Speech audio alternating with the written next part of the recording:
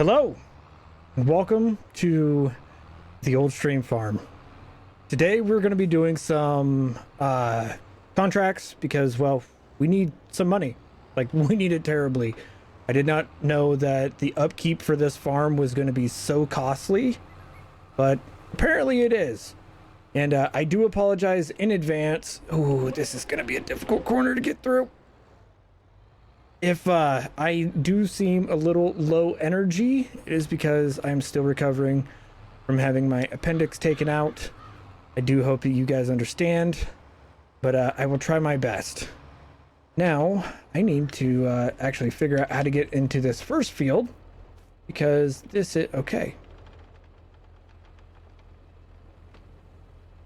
Oh, that's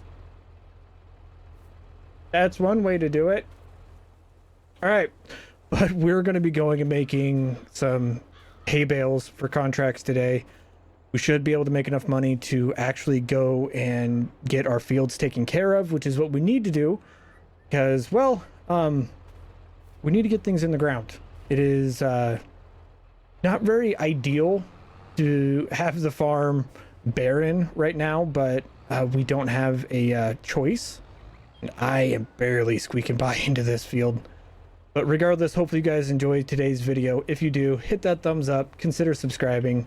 And with that one, guys, I will see you all in the next little clip. Because, yeah, we need to do a lot of work today.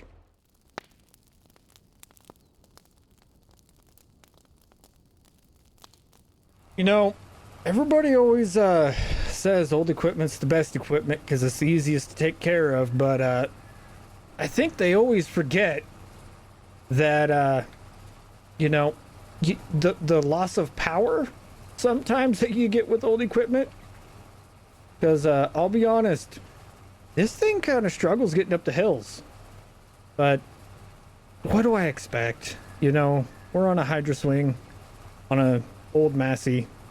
I think we're pretty much maxing it out for horsepower. Eventually we'll have to, you know, consider upgrading or something of that sort, but as for right now, it'll get the job done. I can definitely say that this field isn't easy to mow at all, and before we get any further in, I should probably definitely rent a tedder, because I just went and had Mrs. 4B check. Oh, dang it. We're going to have to take the long way around. I just went and had Mrs. 4B check around the house, and we definitely do not have a tedder. So, yeah, I'm going to have to rent one, which is extremely unfortunate. But it is what it is. And hopefully... but yeah, because the way that we went in was a one-way, so we should be good here. All right, now let's go to our next few fields and we'll get those mowed, and then we'll come back through and we'll pretty much just go take one piece of equipment out, do whatever we need to do with that piece of equipment. Ooh, I thought they were going to keep going straight. And then, you know, just slowly work our way through the fields that way. I think it's going to save us a lot of driving back and forth and everything else. So yeah, hopefully it works out. I don't know how well it's going to work out, but you know what? I'm hoping that it does. We just needed to get down the road just a little bit, drive down here. I think pretty much, well, we're just basically right on the other side of the river. And this is a lot bigger field, but it's a lot more open and we're not surrounded by a fence. So I think this field's going to be a little bit easier to mow, at least. And I can't really complain about that, because that's really what I need right now. It hasn't taken us too long to get this field mowed. Now that we're able to do straightaways, we're actually able to get this done pretty quickly. I think the main difficulty of that other field is actually just the shape of the field. But now should be able to wrap this up pretty quickly. I'm going to go talk to the people at the shop and see if there are any half decent tedders. I might look into a different windrower if we can afford it. I highly doubt we can, Who knows? I might actually, bring our main windrower over here to this field and then get this windrowed up after we TED it and then bale it and try to finish out the contract to get a little bit of money to get a windrower that will actually work well in that small field. I didn't look at the field before I actually said, yeah, I'll do it. That's my fault. Definitely should have, but we'll get her figured out. It's not going to be easy, but we'll get her done. Well, I had to do something that I really didn't want to do. I had to go get a loan.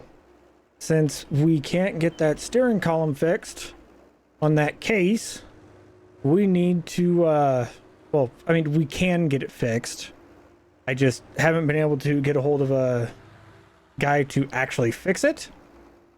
We had to go and get some front loader arms to put on the Aorus, which, it's all right. It won't hurt it, but definitely not ideal. I don't know why I am hooking up to this right now. Yeah, no, you just keep on going. That's just, I guess, because I was down there, I thought I might need to be hooked up to it. No, we need to go to the shop and actually pick up a tedder. So let's get this dropped off. Save us a little bit of time driving around. We do have bales of our own to pick up and move around, but I'm really not going to be worried about those for right now. I'm just mainly going to be worried about getting all of these done, and then I'll move all the bales in the background. Well,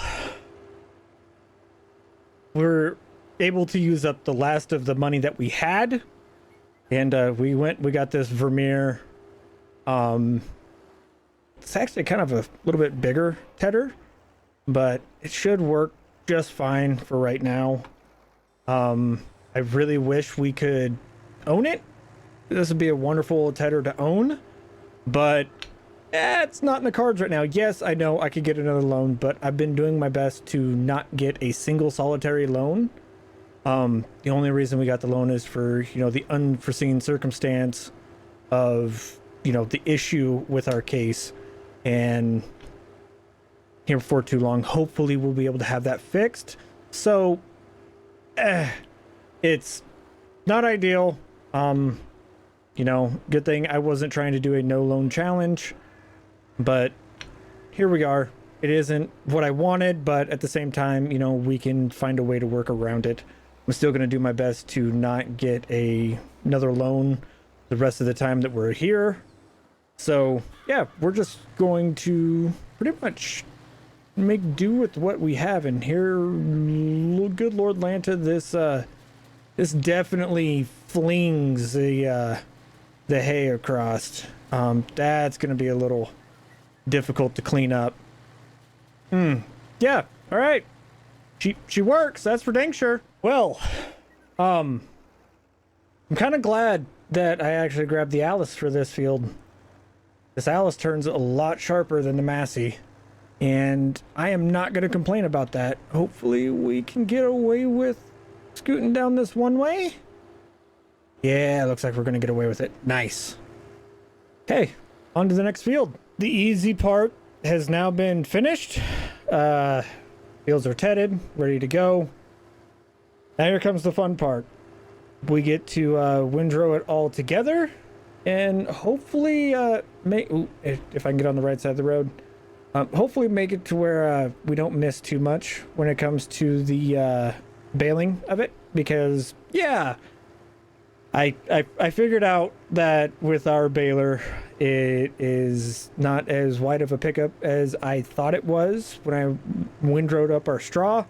So yeah, I definitely missed quite a bit of straw, but that's good for these guys now that I've learned it. Messed up on my stuff. Now hopefully I can do better with theirs. I did not record the first little loop around this field. It is difficult enough to not take out the whole entire fence with this windrower. So yeah, and trying to talk on top of that. All right, you guys know how coordinated I am. All right, you should expect better things of me. Okay, I know my limits. I know you know my limits. So I just went around, pulled pretty much as much hay away from the fence as I could.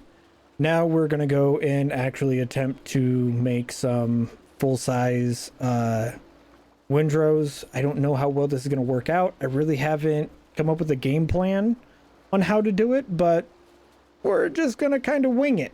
All right, you know, what could go wrong? All right, right? I don't think anything could go wrong. You know, I'm a pretty smart fella sometimes. Right? I will say here towards the end with this windrower, it is not ideal. This is definitely a spot where like a V-rake or something that was, you know, a fixed width would be nice. But since it is not, we just kind of make do with it. But we're done windrowing everything up. We're gonna go jump it back into the Alice, or no, not in the Alice, the Massey, and hook up the baler and get everything baled up, and then we'll start picking up bales and delivering bales and actually making money. You know, if I would have known that this was gonna take us all day, I probably wouldn't have taken the second contract, but we need the money. We need the money terribly. So let's get to it. All right, note to self, 3 passes is a little bit too wide for this baler.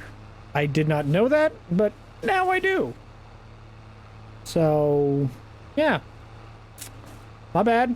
Well, it started sprinkling. It's not really messing with the moisture of the hay too much. It shouldn't really affect it, and I have it on good authority that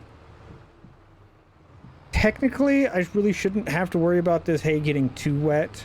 It should still dry out pretty well, even if it's in like wrapped up in a bale, because yeah, you know, usually you don't want to bale in the rain. You don't want to have too high a moisture. You risk spontaneous combustion, all that other stuff. But right now it's not really getting too high of moisture content, so we can keep baling even though it's raining. So we're just gonna keep baling through this rain until it gets too wet, which hopefully it doesn't, and I don't foresee it getting too wet to bale.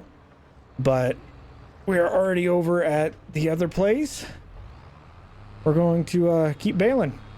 All right, let's keep going. I will say, the longer I run this baler, the more I've realized that we need a different baler, because this thing is so slow when it comes to the fact of dropping the bale out of the back. It is, I swear I could go run a marathon quicker than it can actually drop a bale. All right, and that's in the condition I'm in. All right, that's just after having my appendix out. I'm still pretty sure I could run a marathon faster than it takes to drop a bale. Yeah, we may be looking into upgrading this baler before we do much else, because I have a feeling that with a lot of this old equipment, this is going to be our bread and butter, like our baling contracts and stuff like that. Yeah, we're definitely going to have to do some work. Well, we are finishing up just in time. The moisture was starting to get a little bit higher than what I would want in the bales, and now it's time to run back, get in the Alice, and come over here, pick up the bales, because yeah, we need to get them out of the field, or else it's going to be a few days before we can get in there, and we need that money right now, because I really don't want to tear up the fields.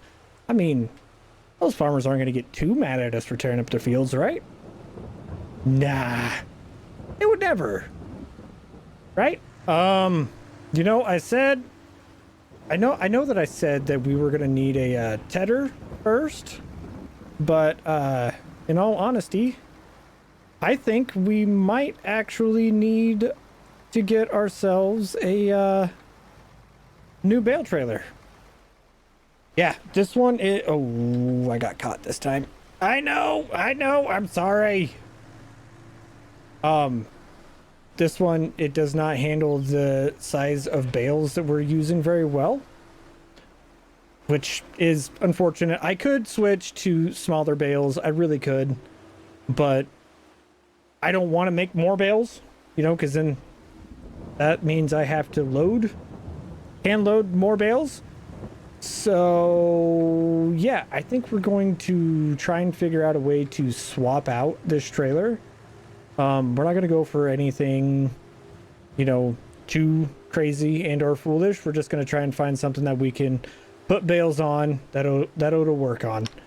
I don't know exactly what that is yet, but I'll find it. But in the meantime, we are going to go past the field that we have already mowed and baled up, and we're gonna go get all of this sold off and finish up this contract, and then I'm gonna go see if there's anything in the shop to get for a bale trailer that we're gonna finish up this next contract. So with that one, hopefully you guys have enjoyed today's video, and if you have, make sure you hit that thumbs up, consider subscribing, and with that, I will see you all in the next one.